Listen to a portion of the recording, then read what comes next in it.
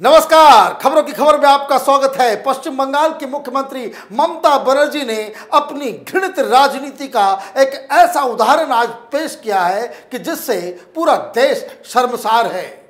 कुछ दिन पहले इन्होंने संविधान को बचाने की कसम खाई थी और आज उसी संविधान को तार तार करने में जुट गई है, संवैधानिक संस्थाओं को तबाह और बर्बाद करने में जुट गई है। और सबसे शर्मनाक बात तो यह है कि जिस शख्स ने, जिस गवर्नर ने उन्हें शपथ दिलाई, उसे उनकी ही पार्टी पागल कुत्ता बता रही है। ये किस तरह की भाषा, ये किस तरह की मर्यादा का उल्लंघन तृणमूल कांग्रेस बंगाल के अंदर कर रही है, वो केंद्र की सरकार और सुप्रीम कोर्ट को उस पर नजर रखने की आवश्यकता है। क्योंकि आज जिस तरह की तस्वीरें बंगाल से आई हैं, ऐसा लग रहा था कि ठीक किसी कश्मीर के गलियों 5 साल पहले जिस तरह से पत्थरबाजी होती थी सेंट्रल फोर्सेस के ऊपर, आज कोलकाता के निजाम बिल्डिंग के पास देखने को मिला, जहां सीबीआई का दफ्तर है और सीबीआई के दफ्तर के पास तृणमूल कांग्रेस के गुंडों ने सीआरपीएफ के ऊपर पत्थरबाजी की है, बॉटल्स फेंके हैं। और तो और खबर यह आ रही है कि अब तृणमूल के गुंडों ने राजभवन, मतलब जहां गवर्नर हाउस है, उसका घेराव कर लिया है। और ममता बनर्जी कहां है? तो ममता बनर्जी सीबीआई का दफ्तर जिस बिल्डिंग में है उसकी 15th फ्लोर पे बैठी हुई हैं और वो वहां पे कह रही हैं कि मुझे भी गिरफ्तार कर लो। यह सब ड्रामा क्यों हुआ? वो इसलिए हुआ कि सीबीआई ने आज सवेरे सवेरे 4 तृणमूल कांग्रेस के लीडर, जिसमें से 2 वहां के मंत्री हैं, उन्हें गिरफ्तार करके अपने पास लेकर के आ गई। इनके ऊपर नारदा स्टिंग ऑपरेशन का केस चल रहा था। यह केस कोई आज का नहीं है, एक पुराना केस है। कोलकाता हाईकोर्ट के आदेश पे इन्वेस्टिगेशन चल रहा है और इनकी गिरफ्तारी के लिए 9 तारीख को गवर्नर साहब से अनुमति ली गई थी। और उसके बाद सारे लीगल जो ऑब्लिगेशंस होते हैं उसको पूरा करने के बाद इन 4 नेताओं को गिरफ्तार किया गया है। इसमें नाम है सुब्रतो बनर्जी का, फिरहाद हाकिम का, शोभन चटर्जी का और मदन मित्रा का। तो ये 4 लोगों को गिरफ्तार किया गया और जैसे ही गिरफ्तारी हुई, ये संविधान की कसम खाने वाली, ये संविधान को बचाने वाली मुख्यमंत्री सारा काम धाम छोड़ के वो सीबीआई दफ्तर खुद चली गई और वहां वेटिंग रूम में बैठ करके वहां पे धरना देना शुरू कर दिया। अब खबर ये आ रही है कि वो सीबीआई के डीआईजी से बातचीत करके वो कह रही है कि ये इलीगल अरेस्ट हुआ है। मुख्यमंत्री का ये दायित्व है, मुख्यमंत्री ये बताएंगी कि लीगल है या इलीगल है। अगर आपको लगता है कि ये इलीगल अरेस्ट है, कोर्ट जाएं, कोर्ट से जाकर के आप उसको छुड़वा के लाएं। इस देश में कानून होगा। या फिर ये गुंडों की भांति, ये सड़क छाप की राजनीति की तरह आप सीबीआई के दफ्तर पर जाकर के हमला कर देंगी, अपने सारे गुंडों को नीचे बिठा करके पथराव करवाएंगी और ऊपर ये कहेंगी कि भाई इन 4 को छोड़ दो और नहीं तो मैं यहां बैठी रहूंगी। आप वहीं बैठे रहना, क्योंकि सरकार चलाना, कोविड की वजह से वहां पे लोगों की मौत हो रही है, उसकी कोई चिंता नहीं है। इसकी कोई चिंता नहीं है कि वहां से हिंदू पलायन कर रहे हैं, वहां पे महिलाओं के साथ बलात्कार हो रहा है, उससे मिलने कभी नहीं गई है। जो लोग घर छोड़ करके असम और उड़ीसा में पलायन कर रहे हैं, उनके घर तो ये नहीं गई। लेकिन ये जो भ्रष्ट कैमरे के ऊपर स्टिंग ऑपरेशन में घूस खाने वाले इन चोरों के बचाव में वो सीधे पहुंच गई सीबीआई के काम को बाधा डालने के लिए। ये किस तरह की घृणित राजनीति है, ये किस तरह की बातें हो रही हैं। और जरा सुनिए, ये इस तरह की बातें इसलिए कहना जरूरी है क्योंकि आप देखिए किस तरह से भाषा की मर्यादा को ये लोग तो मानते नहीं, तो गुंडे मवाली किस्म की भाषा का इस्तेमाल करते हैं। उसके एक बहुत बड़े बांग्ला कल्चर जानो, ये बांग्ला कल्चर का एग्जाम्पल ये टीएमसी का एमपी कल्याण बनर्जी दे रहा है। व्हाट ही सेड, वो कह रहा है governor is whimsical, he is a blood sucker, वो नर पिचास है, खून चूसने वाला है और he should not stay here for even a minute. He is roaming around here like a mad dog. आप गवर्नर साहब को पागल कुत्ता कहेंगे? ये इस तरह की भाषा का इस्तेमाल होगा? ये कौन आदमी, ये कल्याण बनर्जी? ये इस तरह की भाषा आपके पार्टी और बकायदा प्रेस के सामने आप ये बात बोल रहे हैं, वहां भीड़ लगा करके आप गवर्नर को हटाना चाहते हैं? आप जाइए कानून में, आप सुप्रीम कोर्ट में जाकर के आप उसकी बातचीत कीजिए। इस देश में कानून रहेगा या नहीं रहेगा, ये बंगला कल्चर है। कोई पागल कुत्ता कह रहा है, विम्सिकल कह रहा है, ब्लड सकर कह रहा है गवर्नर को। वो संवैधानिक संस्था है वो। और क्यों आप कर रहे हो? आपका दलील ये है कि भाई ये इलीगल अरेस्ट हुआ है। इलीगल कैसे है?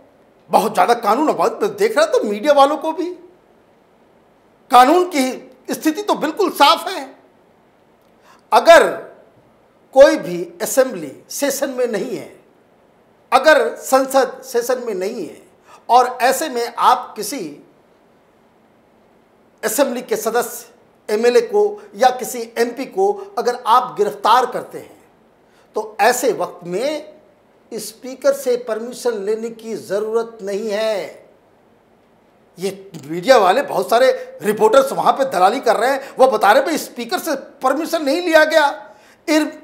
किसी भी सांसद या एमएलए को गिरफ्तार करने में पाबंदी तभी होती है जब वो वहां का सदन वो सेशन में होता है। मतलब ये कि असेंबली की या पार्लियामेंट की कार्रवाई चल रही है, इस दौरान अगर गिरफ्तारी किसी की जाती है तो ऐसे में स्पीकर से परमिशन लेना आवश्यक है।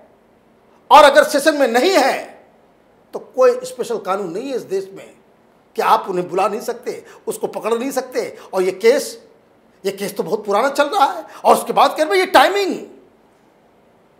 बेशर्मों की तरह कांग्रेस पार्टी के लीडर वो कह रहे हैं कि ये टाइमिंग बड़ा गड़बड़ है। अरे चुनाव से पहले अगर गिरफ्तार किया होता तो कहते कि भाई चुनाव के लिए आप कर रहे हो। मतलब टाइमिंग का क्या सवाल है? अगर सिर्फ और सिर्फ पॉलिटिकल गेन करने के लिए ये कार्रवाई सीबीआई की होती तो ये तो चुनाव से पहले किया जाना था। ये काम तो चुनाव से पहले किया जाना था। जिस तरीके से 2016 से पहले ये नाडा का जो पूरा स्टिंग ऑपरेशन है, आप समझ लीजिए, ये तहलका ने किया है। ये तहलका कोई बीजेपी का अखबार नहीं है, उसकी मैगजीन नहीं है।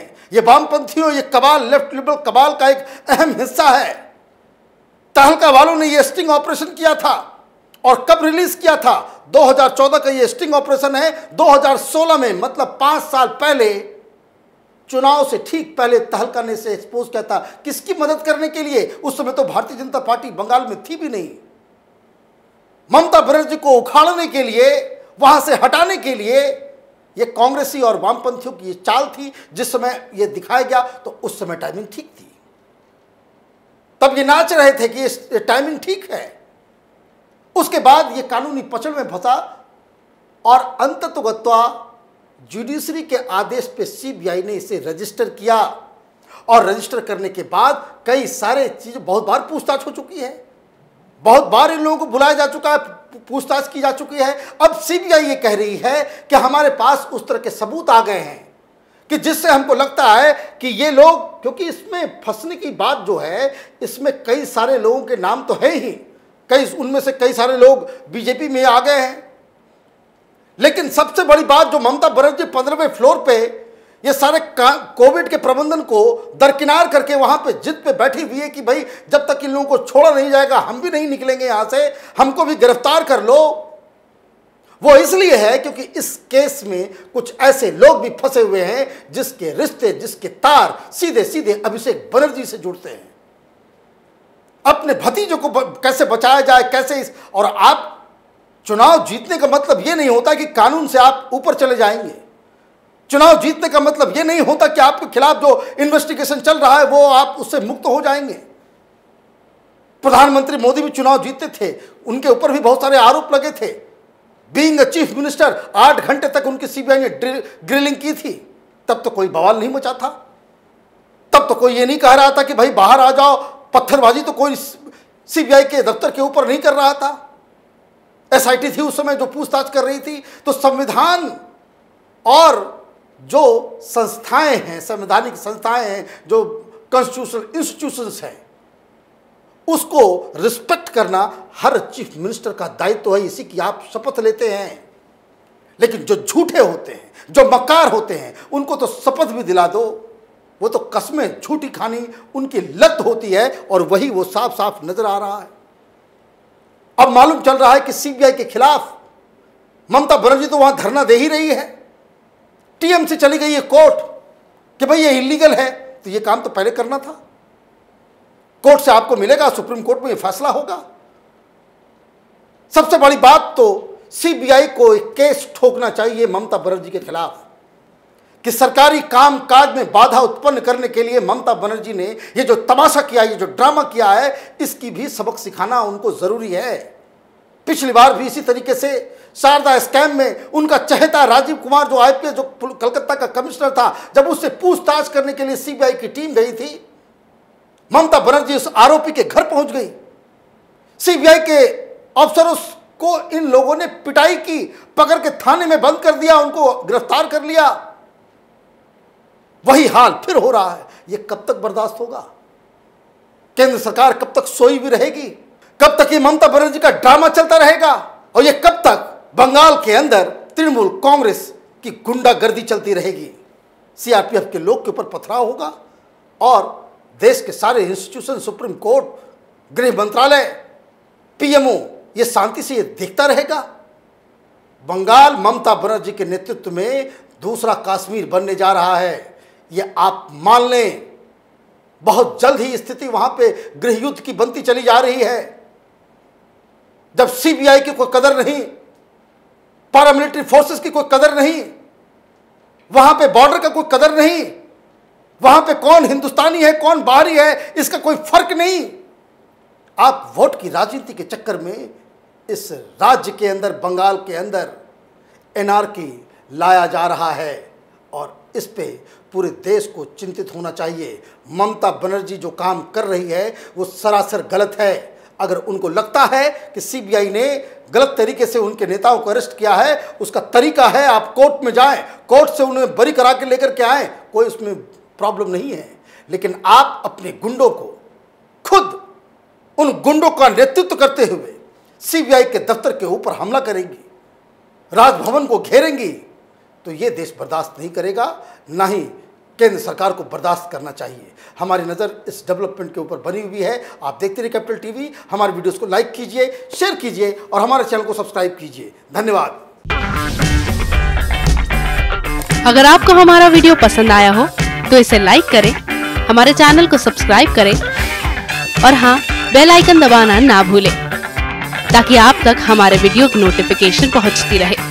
आप अपना सुझाव हमें कमेंट बॉक्स में दे सकते हैं। हमारे साथ जुड़ने के लिए शुक्रिया।